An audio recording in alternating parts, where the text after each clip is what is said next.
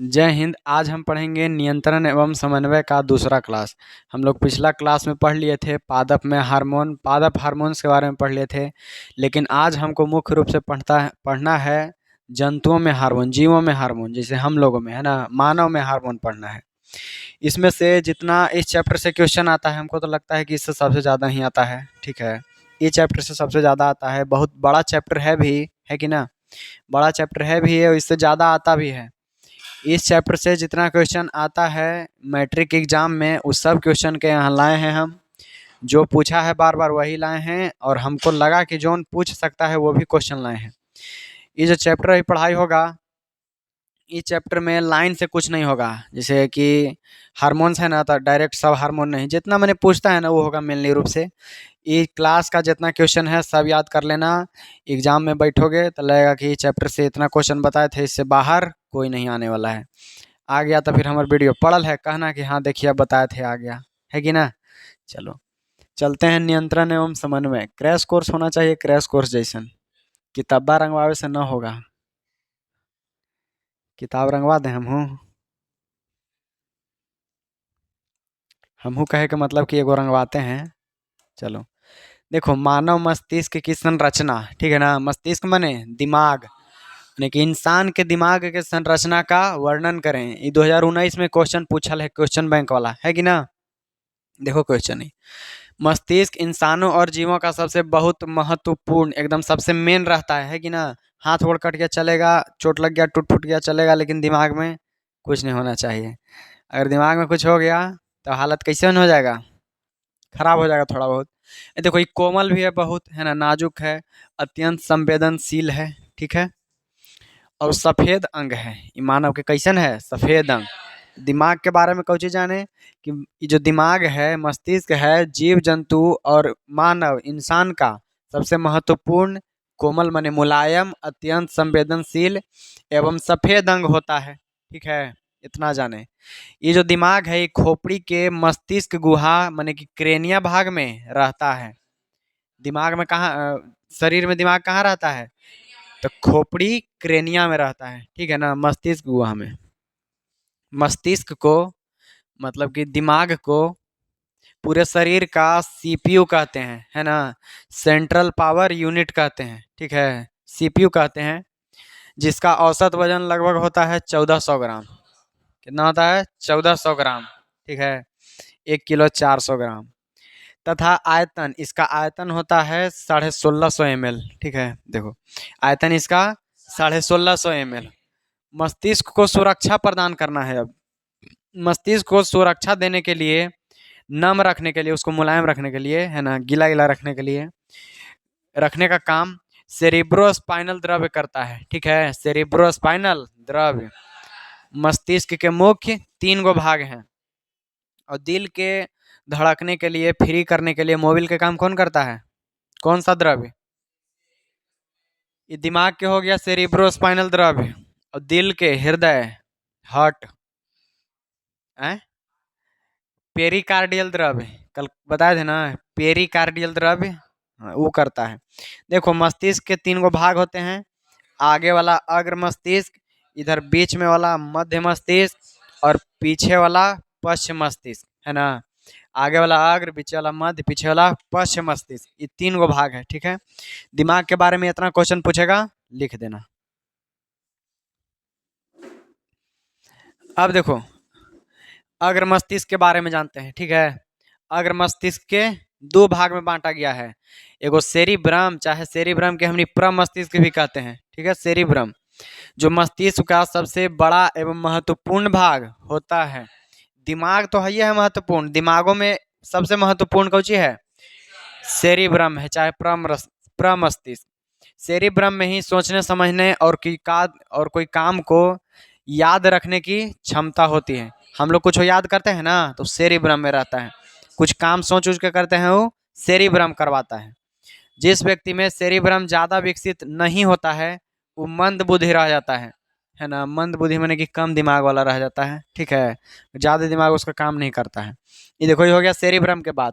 एक वाव है डाइएनसेफ्लॉन, ठीक है, डाइएनसेफ्लॉन केकर भाग है, डाइएनसेफ्लॉन अग्र मस्तिष्क के दूसरा भाग, है ना।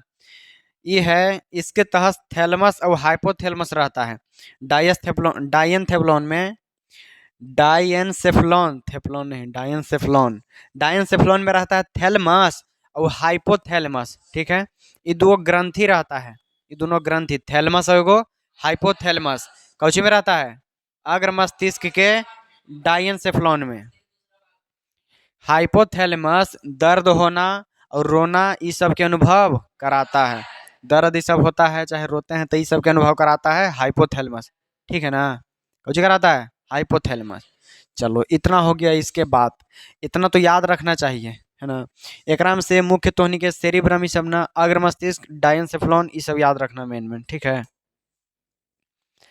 देखो अब मध्य मस्तिष्क के, यह मध्य मस्तिष्क सबसे छोटा हिस्सा होता है। इसका प्रमुख काम होता है देखना, जो होता है देखना और सूचना जैसा क्रिया का नियंत्रण करना। सूचना इस सब का नियंत्रण करना और देखना रहता है मध्य मस्तिष्क के काम, ठीक है। सोचने वाला, याद रखने वाला आगे वाला के, है ना। देखता है कभी कभी कोई चीज़ का चिंता हो जाता है तो दिमाग करता है दर्द, ये वाला है ना, है ये दर्द करता है, आगे वाला मस्तिष्क दर्द करता है कि नहीं। अब पश्च मस्तिष्क देखो, पश्च मस्तिष्क सबसे पीछे वाले हिस्से को कहते हैं, पीछे वाला के कहते हैं पश्च मस्तिष्क। पश्च मस्तिष्क में दो भाग होता है, एगो सेरिबेलम और मस्तिष्क स्टेन, ठीक है। सेरिबेलम और मस्तिष्क स्टेन। देखो एगो सेरिब्रम था, सेरिब्रम कहाँ के भाग है, अग्र मस्तिष्क के। एगो सेरिबेलम अनुमस्तिष्क माने पीछे वाला मस्तिष्क, है ना। पीछे वाला मस्तिष्क सेरिबेलम, आगे वाला के सेरिब्रम। ये है एगो सेरिबेलम चाहे अनुमस्तिष्क, है ना, दोनों नाम ओकरे है। अनुमस्तिष्क कहो चाहे सेरिबेलम कहो। पीछे वाला दिमाग के दो भाग है, सेरिबेलम चाहे अनुमस्तिष्क, और एगो आउ है मस्तिष्क स्टेन। आगे समझ में, इतना भाग है। दिमाग के गो भाग है, तीन गो। हाइपोथैलेमस केकर भाग है, सेरिबेलम है, पश्च मस्तिष्क, ठीक है ना। और सेरिब्रम फर्स्ट मस्तिष्क कहता है जी, है। रुको तुम बताना अनुमस्तिष्क किसका भाग है, हैं। पश्च मस्तिष्क कहो, पीछे वाला के पश्च मस्तिष्क कहते हैं। डायनसेफ्लॉन केकर भाग है तुम बताना। वाह चलो याद है। आगे बढ़ते हैं हम, इतना आगे समझ में ना। प्रतिवर्ती क्रिया और प्रतिवर्ती चाप में अंतर, ये 2013 में पूछल है और 22 में पूछल है कि प्रतिवर्ती क्रिया क्या होती है और प्रतिवर्ती चाप क्या होता है। ये दिखेगा लाल लाल।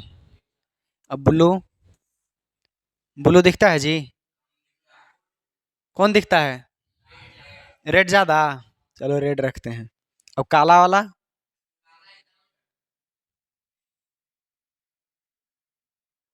चलो रेड है अब की।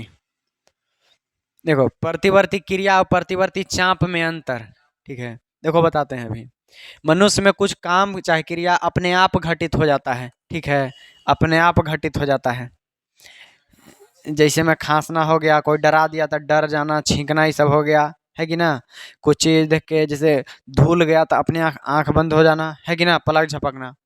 जैसे में हो गया खांसना, छींकना, ये सब क्रिया को अनैच्छिक क्रिया कहते हैं, है ना।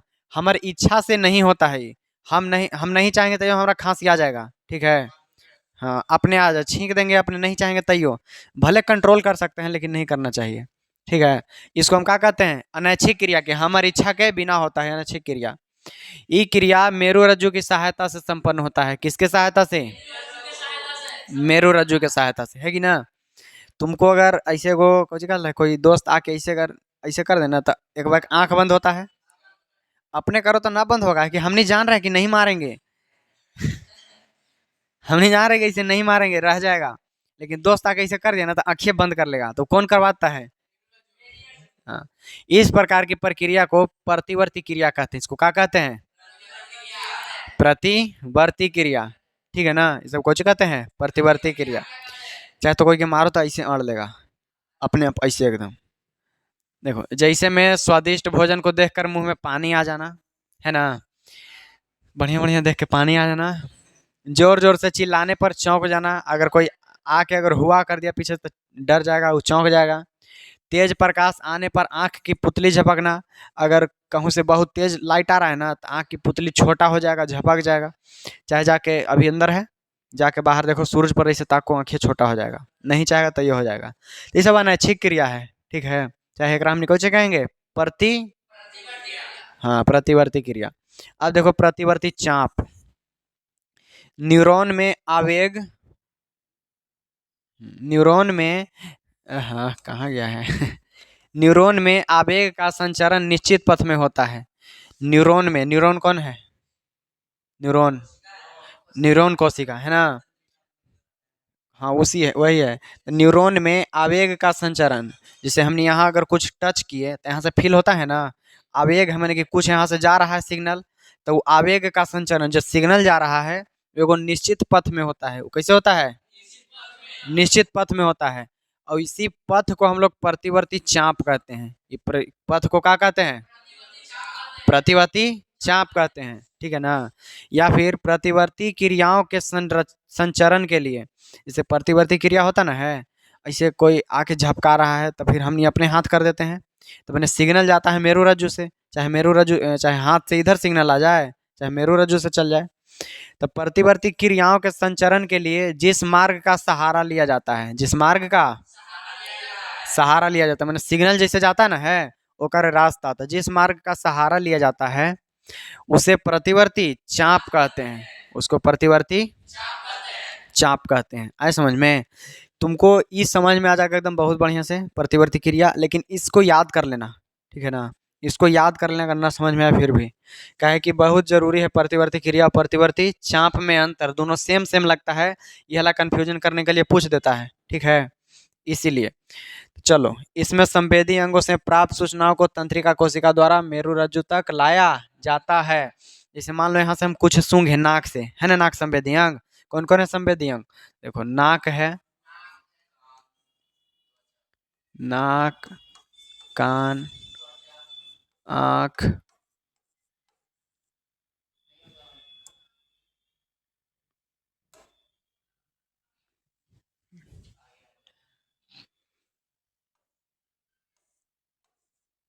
आँख, जीभ, एगो और लो त्वचा।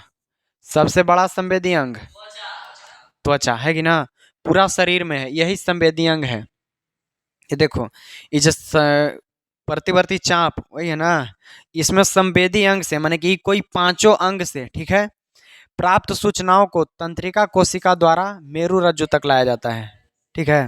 जैसे मान लो त्वचा से हम यहाँ कुछ, हम ऐसे चुट्टी काटे, संकेत गया, ठीक है, यहाँ संकेत गया, हम ऐसे कुछ काम कर रहे हैं, यहाँ के चींटी काट लिया, तो संकेत जाएगा तंत्रिका कोशिका द्वारा मेरु रज्जु तक, है ना। इसी से हाथ जाएगा, हाथ से तंत्रिका कोशिका से जाएगा मेरु रज्जु, रीढ़ के हड्डी में जाएगा, है कि ना। तो वो जो रास्ता है ना, वह रस्तिया के हमनी प्रतिवर्ती चाप कहते हैं, उसी को प्रतिवर्ती चाप कहते हैं। और यहाँ से प्राप्त आदेश को तंत्रिका कोशिका द्वारा ऐच्छिक पेशी तक पहुंचाने के मार्ग को प्रतिवर्ती चाप कहते हैं।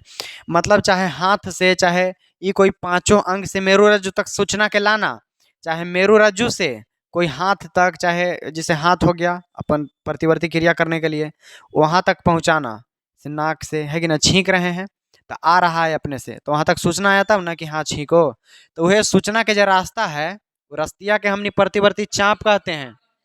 और जो काम हो गया, जैसे हमने छींकने के लिए आया तो छींक दिए, तो प्रतिवर्ती क्रिया। और छींकने के जो संदेश आया, सिग्नल मिला, वो सिग्नल के रस्तिया के चाप कहते हैं, प्रतिवर्ती चाप। और जो काम कर दिए तो प्रतिवर्ती क्रिया। यही है, इसको याद कर लेना, ठीक है। ये तुमको बोनस में मिल जाएगा, ये तुमको बोनस में इसी याद हो जाएगा, ठीक है। इसको, चलो अगला पर चलते हैं अब। देखो, हमारे शरीर के प्रमुख ग्रंथि, हमारा जो शरीर है ना, एक कुछ मेन मेन ग्रंथि, अंतःस्रावी ग्रंथि, जो उनसे हार्मोन निकलता है। वो दिमाग दिख रहा है जहाँ फिल्म में इसे गोली मारता है इसे, हाँ। तो यहाँ पड़ी है पिट्यूटरी ग्रंथि। यहाँ कौन सा ग्रंथि? पिट्यूटरी ग्रंथि, ठीक है। चाहे तो एक हम कहेंगे पीयूष ग्रंथि, इसको क्या कहेंगे? इसको या तो फिर हमने मास्टर ग्रंथि कहेंगे, क्या कहेंगे? हाँ, जो मास्टर ग्रंथि है इस शरीर के सब ग्रंथि पर मिला जुला के नियंत्रण करता है। यह लोग मास्टर ग्रंथि है। और सबसे छोटा ग्रंथि भी यही है, ठीक है, पीयूष ग्रंथि। ये जो गला दिख रहा है ना, गला में होता है अबटू ग्रंथि, एक हमने थायराइड कहते हैं, ठीक है। और फिर एक नीचे देखो पाराथायरॉयड, है ना। अमाशय दिख रहा है, अमाशय के नीचे अग्नाशय, ई वाला जो दिख रहा है ना, लड़का और लड़की दोनों में, मेल फीमेल दोनों में, इसको अग्नाशय कहते हैं, ठीक है। हाँ, और ये जो दिख रहा है एड्रिनल, ई वाला है एड्रिनल। फिर देखो महिला में, सिर्फ औरत में होता है अंडाशय, कौची होता है अंडाशय। पुरुष में होता है सिर्फ वृषण, पुरुष में वृषण, और बाकी सब में दोनों में बराबर, बाकी सब चीज दोनों में। हाँ, आई देखो मास्टर ग्रंथि है दिमागवा में, है ना, ये वाला बढ़ रहा है बॉल जैसन, ठीक है। चलो आगे बढ़ते हैं, किताबों में है देख लेना। ये देखो हमने मास्टर ग्रंथि सब सबके पढ़ते हैं, ठीक है। सबसे पहले मास्टर ग्रंथि, चाहे कहो पीयूष ग्रंथि, चाहे कहो पिट्यूटरी ग्रंथि, ठीक है, सब वही है। यह ग्रंथि हमारे चेहरे के ऊपर लिलाट के बीच में पाया जाता है, हमारा चेहरा के ऊपर लिलाट के बीच में पाया जाता है। इसके तीन भाग, इसके दो भाग होते हैं, इसके दो भाग होते हैं, अग्रपिंडक और पश्चपिंडक। किसी व्यक्ति का लंबा और बौना होना इसी पर निर्भर करता है कि वो लंबा रहेगा कि बौना, कौन पर निर्भर करता है। हाँ, पिट्यूटरी ग्रंथि के अग्रपिंडक पर। किसी व्यक्ति का लंबा और बौना होना यह पर निर्भर करता है। पश्चपिंडक ये हमारे शरीर में जल का संतुलन का नियंत्रण करता है, ठीक है ना। कौची करता है, शरीर में जल का संतुलन बना के रखता है, ठीक है। कितना जल रहना चाहिए, नहीं रहना चाहिए, हमारा शरीर का तो 70% जल से ही बना है, ठीक है। हैं? लाश जलता है तो कितना पानी छोड़ता है एकदम, देखा है कि नहीं, नहीं देखा है, छोड़ो। तो हमारा शरीर है जो 70%, ठीक है। जल का नियंत्रण कौन करता है, पश्चपिंडक, अग्रपिंडक की मास्टर ग्रंथि, मास्टर ग्रंथि के पश्चपिंडक, है ना, पश्चपिंडक। चलो, और लंबा बौना होना है तो केकरा हम कहेंगे, अग्रपिंडक। कौन है दोनों, केकर भाग, हाँ, मास्टर ग्रंथि के हैं, ठीक है। अब चलो आगे देखते हैं, दिमाग वाला हो गया, अब थोड़ा नीचे। एगो नाम याद रखना अपन, आपातकालीन हार्मोन कहते हैं एड्रिनल के, आपातकालीन हार्मोन एड्रिनल के, ठीक है। और अधिवृक्क के नाम से जाने वाला एड्रिनल, अधिवृक्क का एड्रिनल हार्मोन, ठीक है ना, ये रहता है किडनिया के ऊपर, ठीक है। अब यह एड्रिनल हार्मोन आपातकालीन हार्मोन, आया समझ में, ये दो ऑब्जेक्टिव जैसा है, याद रखना। मनुष्य में चीनी के पाचन में कौन सा हार्मोन सहायक है, देखो ये क्वेश्चन है पूछल, चीनी को पचने में कौन सा हार्मोन सहायता करता है, कौन मदद करता है, इंसुलिन हार्मोन। कहाँ गया, देखो देखो देखो, है लिखल इंसुलिन, इंसुलिन हार्मोन, है ना। ये ऑब्जेक्टिव में भी तुमको पूछ सकता है, दिख रहा है ना। मनुष्य के चीनी पाचन में इंसुलिन हार्मोन सहायक है। यह हार्मोन अग्नाशय से स्रावित होता है, कहाँ से, अग्नाशय से स्रावित होता है। यह रुधिर के स्तर को नियंत्रण करता है, खून के स्तर को, ठीक है ना, किसके, खून के, रुधिर के नियंत्रण को, रुधिर के स्तर को नियंत्रण करता है। और चीनी का भी पाचन करता है, कौची के, चीनी के। जिसको हो जाता है ना चीनिया बीमारी, चीनिया रोग, डायबिटीज, ओकरा इंसुलिन के इंजेक्शन लगता है, ठीक है। इंसुलिन के इंजेक्शन, ये बढ़िया वाला बीमारी नहीं है, कंट्रोल होता है ये पर, ठीक है। ये बीमारी ठीक नहीं होता है, कंट्रोल रहता है खाली, आए समझ में। चलो इतना गया। मनुष्य में चीनी के पाचन में कौन हार्मोन, कहने से, कहाँ से, अग्नाशय से, ठीक है ना, इंसुलिन हार्मोन। चलो, अच्छा, ये चीनी के पाचन में हार्मोन, आगे आगे आगे बोला क्वेश्चन में, अगला क्वेश्चन,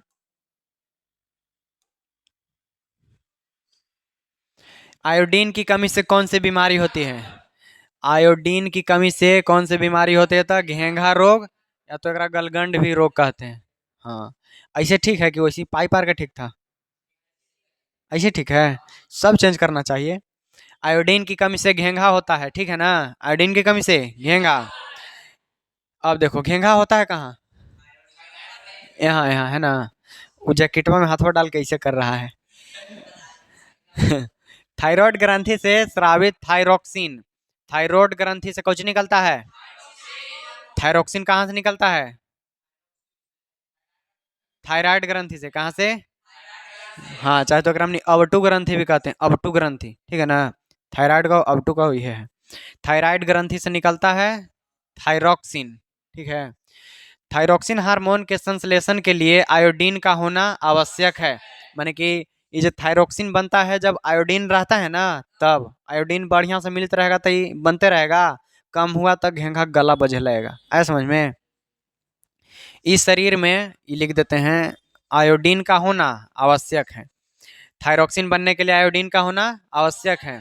शरीर में कार्बोहाइड्रेट और प्रोटीन और वसा के सामान्य उपापचय को नियंत्रण करता है, ठीक है ना। कौन? ये वाला याद रखो पूरा, थायरोक्सिन, ठीक है ना। शरीर में कार्बोहाइड्रेट प्रोटीन और वसा के समान उपापचय को नियंत्रण करता है। जब मनुष्य में आयोडीन की कमी होती है, हाँ ये देखो, जब हमारे शरीर में आयोडीन की कमी होती है, खाली इसको करते हैं कलर। आयोडीन की कमी होती है तो थायरोक्सिन हार्मोन के निर्माण की गति बहुत धीमी। यानी कि जब हमनी के शरीर में आयोडीन की मात्रा कमता ना है, तो अवटु ग्रंथि है, मैंने थायराइड ग्रंथि है, जो बड़ी धीरे धीरे बनाने लगता है थायरोक्सिन, ठीक है। हार्मोन की गति बहुत धीमी हो जाती है, बहुत धीमी हो जाती है, ठीक है। कभी कभी थायराइड ग्रंथि इस हार्मोन के बनने की गति को बढ़ाने के लिए प्रयास में काफी बढ़ जाता है उसका स्पीड, जिसको घेंघा रोग कहते हैं। ये देखो ऐसे पायरे से हमको डिस्टर्ब हो रहा है। कभी कभी जो थायराइड ग्रंथि है ना, ये हार्मोन बनाने के लिए, थायरोक्सिन हार्मोन बनाने के लिए अपन गति को बढ़ाता है, अपना गति को। हाँ, उहे बढ़ावे के प्रयास में ओकरा गला बज जाता है, उहे बढ़े के प्रयास में घेंघवा बज जाता है, ठीक है ना। फिर कहे कि गीत गा के आया है शादी में, वही। अब घेंघा उंगा हो जाता, कुछ नमक वाला पानी पीना चाहिए, है। नमक वाला गर्म करके पी लो, है कि ना। तनी आराम मिलता है, चूना ऊना मार लो। चलो इतना है समझ में। बोलो थायरोक्सिन हार्मोन कहाँ से निकला? इंसुलिन कहाँ से निकला? इंसुलिन अग्नाशय से। कौन बीमारी में इंसुलिन का इंजेक्शन लगता है? डायबिटीज में, न मधुमेह में, न चिनिया रोग में, डायबिटीज में, है कि ना। हाँ ना, तीनों एक है, तीनों दोनों सब एक है। मधुमेह, डायबिटीज और चिनिया रोग सब एक है। वहाँ कहाँ कहला? तो मैं बोलेंगे तो हाँ कह देगा, आपने नहीं सोचता है। चलो आगे बढ़ते हैं अगला क्वेश्चन पर। तो कह रहा है कि आप बोले तो अपने हूँ सोचो कुछ। आपने नहीं सोचेगा जी। ये देखो, मधुमेह से आप क्या समझते हैं? लो आ गया मधुमेह, है ना। मधुमेह एक चयापचय रोग है, चयापचय रोग है, जिसमें रक्त ग्लूकोज यानी शर्करा का स्तर बहुत ज्यादा बढ़ जाता है। खून में चीनी की मात्रा बड़ी बढ़ जाता है। मच्छर उच्छर देखना कोई के बड़ी ज्यादा काटेगा, मीठा रहता है। टेस्ट किया है खून? है? नहीं, दांत टूटा है कि ना तो बचपन में? तो खून में क्या करता था? तो हाथ रख लो मुंह में, आओ।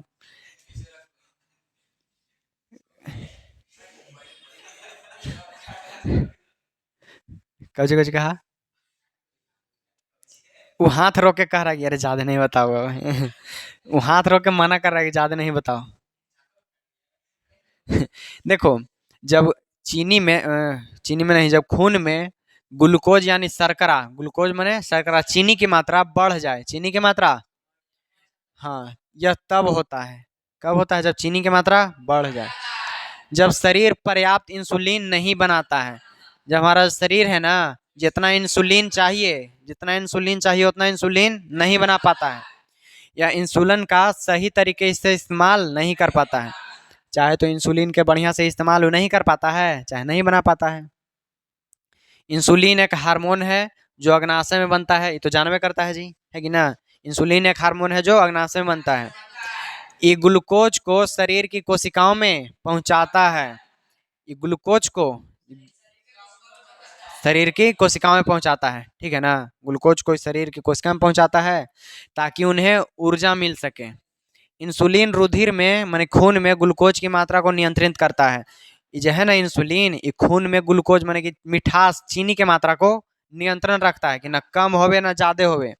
इंसुलिन के कमी के कारण मधुमेह होता है। जब इंसुलिन के कमी हो जाता ना है तो कंट्रोल कौन करेगा, तो ओकरा चीनिया रोग हो जाता है, मधुमेह हो जाता है, जरा हमने डायबिटीज भी कहते हैं नामक एगो बीमारी हो जाता है।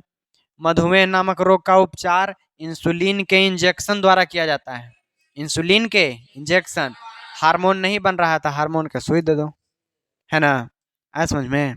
चलो, कोई कोई देखता है सुई लेके मोटाता है। हाँ, तो ये आ गया समझ में। ऑब्जेक्टिव में भी आ सकता है, एक से एक आध गो क्वेश्चन, तब ध्यान में रखना। तुमको समझ में आया। जब एड्रीनल हार्मोन रुधिर में मिल जाता है तो शरीर में क्या अनुक्रिया होता है, ठीक है ना। जब एड्रीनल हार्मोन कहाँ से निकलता है बोलो, अधिवृक्क से, है ना, वृक्क के ऊपर से। जब एड्रीनल हार्मोन का आपातकालीन हार्मोन भी कहते हैं, अभी बताए ना आपातकालीन हार्मोन, हाँ, जिसका निर्माण शरीर में डर, क्रोध, भय, आवेश की स्थिति में उत्पन्न होता है। जब हमने डरते हैं तो यह सब हार्मोन निकलता है। कौन सा, एड्रीनल हार्मोन निकलता है डर में, भय में, क्रोध माने गुस्सा आवे में, आवेश की स्थिति में उत्पन्न होता है, जिसके कारण हृदय की धड़कन माने दिल के धड़कन तेज हो जाता है, ठीक है। श्वसन दर, सांस हम तेज तेज लेने लगते हैं, ठीक है, दिल के धड़कन बढ़ जाएगा, सांस तेज तेज लेने लगेंगे। रुधिर प्रवाह बढ़ जाता है, जब दिल स्पीड में धड़कने लगेगा तो खूनो जल्दी जल्दी पंप करने लगेगा, तो खून के प्रवाह भी बढ़ जाता है। और मांसपेशी में ऑक्सीजन की आवश्यकता अधिक होने लगती है, और जो मांसपेशियां है ना एकरा में ऑक्सीजन ज्यादा मांगने लगता है, तब ना सांस जल्दी लेते हैं।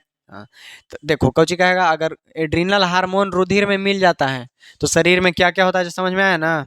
तेज तेज दिल धड़कने लगेगा, जल्दी जल्दी सांस लेने लगेंगे, ब्लड प्रेशर बढ़ जाएगा, बीपी हाई होने लगता है धीरे धीरे, और मांसपेशी में शरीर के ऑक्सीजन के आवश्यकता बढ़ने लगता है। कहता है मांसपेशी कि हमको और ऑक्सीजन दो, और ऑक्सीजन दो, कुछ कर नहीं रहा लेकिन और दो। आए समझ में। ये एड्रीनल के बढ़े से, एड्रीनल कहाँ से निकलता है मनीष, एड्रीनल ना है लिखा लू मैं, उसमें नहीं लिखा हुआ है। हार्मोन से 7 करोड़ चाहिए, 7 करोड़। हृदय लिखा रहता है, हृदय से।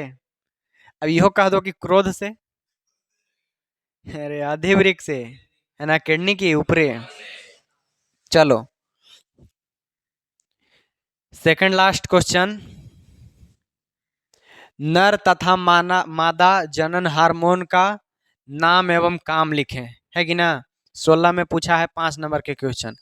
नर और मादा में कौची के जनन हार्मोन, ठीक है ना, जनन हार्मोन, जन्म मैंने बच्चा बनाने वाला हार्मोन। ये देखो नर वाला, नर जनन हार्मोन को एंड्रोजन कहते हैं। इसको क्या कहते हैं, एंड्रोजन। यह नर में द्वितीय लैंगिक लक्षणों एवं यौन आचरण को प्रेरित करता है। हाँ, यौन आचरण को प्रेरित करता है और द्वितीय लंगन जनन सब करता है, ठीक है ना। ये वाला हार्मोन एंड्रोजन। वृषण के द्वारा टेस्टोस्टेरोन नामक लिंग हार्मोन बनते हैं, कहाँ से, वृषण से बनता है, ठीक है ना। वृषण के द्वारा बनता है टेस्टोस्टेरोन, ठीक है। याद कैसे रखेगा जी, तब वृषण के इंग्लिश में हमने टेस्टिस भी कहते हैं, ठीक है ना, उसको कहते हैं टेस्टिस। टेस्टिस से बनता है टेस्टोस्टेरोन, ठीक है। चलो, जो शुक्राणु का निर्माण करते हैं, उसके साथ साथ किशोरावस्था में नर लैंगिक अंगों एवं लक्षणों जैसे आवाज, दाढ़ी, मूछ इत्यादि का विकास करता है। जब भी टेस्टोस्टेरोन बनता ना है जी, तो लड़का में मूछ आने लगेगा, कहाँ लगेगा, मूछ, आवाज एकदम भारी फटल जैसन हो जाएगा आवाज, ठीक है। आवाज हो जाएगा असुर जैसा असुर जानता है, राक्षस जैसा आवाज हो जाएगा, दाढ़ी मूछ बढ़ जाएगा, ये सब होने लगता है कौन हार्मोन बने से। हाँ, अब देखो मादा में, मादा में अंडाशय के द्वारा निकलता है एस्ट्रोजन, क्या निकलता है, और प्रोजेस्ट्रॉन, और प्रोजेस्ट्रॉन हार्मोन का स्राव होता है। एस्ट्रोजन हार्मोन का काम मादा लैंगिक अंग एवं लक्षणों का विकास को नियंत्रण करना। जैसे में, इसे देखो, मादा कहाँ लिखा है जी? हाँ, मादा लैंगिक अंग एवं लक्षण के विकास, है ना, कि मादा के लैंगिक अंग जैसे स्तन का बढ़ना और लक्षण के विकास जिसमें है कि आवाज आवाज ओखनी के हो जाता है अप्सरा जैसन, हमनी के असुर जैसन, और और लड़की के औरत के फीमेल के अप्सरा जैसन, हमनी के असुर जैसन हो जाता है ना, राक्षस जैसन हमनी के, ओखनी के अप्सरा जैसन, मतलब कि उन लोग का आवाज है थोड़ा मीठा सुरीला हल्का हो जाता है आवाज, ठीक है। और स्तनों का विकास होता है, त्वचा कोमल होने लगती है, त्वचा कोमल, हमनी असुर हो जाते हैं, वो लोग अप्सरा हो जाती है, त्वचा कोमल हो जाता है। प्रोजेस्टेरॉन हार्मोन, प्रोजेस्टेरॉन हार्मोन के द्वारा मासिक चक्र होता है, ठीक है, मासिक चक्र, मेंस्ट्रुअल साइकिल का नियमन। इस दौरान गर्भाशय में होने वाले परिवर्तन को नियमित एवं नियंत्रित करता है, ठीक है। आया समझ में? इसको याद कर लेना है, ठीक है, एक वो हम दिए हैं ना, इसको पॉइंट बाय पॉइंट अपना लिखना, याद कर लेना, ठीक है। और याद रखना, आवाज वाला तो समझ में आ गया होगा, ये तो एकदम बढ़िया से याद हो जाएगा, काहे कि देख लिया है कि ना। तो चलो अगला क्वेश्चन पर चलें। अब लास्ट हमारा क्वेश्चन एक और बचल है, कैसे बढ़े बटन से। ये देखो, पीयूष ग्रंथि को मास्टर ग्रंथि क्यों कहते हैं? एकदम बहुत बढ़िया सवाल, आने वाला सवाल, ठीक है, आने वाला सवाल एकदम, कि पीयूष ग्रंथि को मास्टर ग्रंथि क्यों कहते हैं, चाहे पिट्यूटरी ग्रंथि को मास्टर ग्रंथि क्यों कहते हैं? पीयूष ग्रंथि को मास्टर ग्रंथि कहा जाता है क्योंकि शरीर के अंदर होने वाली बहुत सारे प्रकार की क्रियाओं का नियंत्रण करता है, बहुत सारा काम का नियंत्रण करता है, जैसे में जल का संतुलन, ताप का संतुलन, और अंतःस्रावी ग्रंथि से स्रावित होने वाले हार्मोन का नियंत्रण, मतलब कि तो जल के संतुलन बनाए करता है, शरीर में ताप का भी संतुलन बनाता है, ऊपरे से अंतःस्रावी ग्रंथि मैंने जितना ग्रंथि है ना उस सब पर नियंत्रण करता है कि अच्छा तुमको 2 ml निकालना है, तुमको 20 ml निकालना है, तुम वही बंद रहो, शांति रहो, सब पर नियंत्रण करता है, इसलिए वो मास्टर ग्रंथि है। आ समझ में? इस शरीर की सबसे छोटी ग्रंथि होती है सब छोटा, छोटा पैकेट बड़ा धमाका, सबसे शरीर की छोटी ग्रंथि जिसकी संरचना मटर के दाने जैसा होता है, ठीक है ना, इसका वजन लगभग 0.6 ग्राम होता है, जो अग्र मस्तिष्क के पिछला हिस्सा, अग्र मस्तिष्क के पिछला हिस्सा में हाइपोथैलेमस से जुड़ा हुआ रहता है, ठीक है, किससे? हाइपोथैलेमस से। पीयूष ग्रंथि को 3 भागों में बांटा गया है, अग्रपिंडक, मध्यपिंडक, पश्चपिंडक, ठीक है। ये पीयूष ग्रंथि के बात हो गया। तुम अगर इतना भी लिख देगा ना, अगर ये 5 के पूछेगा तो थोड़ा 2 न तो 3 तो दे ही देगा, और थोड़ा सा 2-3 लाइन और लिख दिया तब तो जितना बड़ा लगेगा उसको उतना नंबर देगा। आए समझ में? हमारा ये लास्ट हो गया क्वेश्चन इतना, ठीक है, इतना लास्ट एकदम क्वेश्चन हो गया। अब इस चैप्टर से ज़्यादा क्वेश्चन और नहीं पूछेगा। आए समझ में? कुछ पूछना है क्या? पूछना है तो पूछो, बंद कर लगी? अच्छा कोई दिक्कत नहीं है। चलो ये क्वेश्चन हो गया, इसके बाद हम लोग इस चैप्टर का ऑब्जेक्टिव पढ़ लेंगे, ठीक है। सब तुम लोग कंप्लीट कर लेना, और ऑनलाइन में भी जितना है क्लास चल रहा है सब कंप्लीट करते जाइए, फ्री के मजा के फ़ायदा उठाइए, है ना, फ्री का फ़ायदा।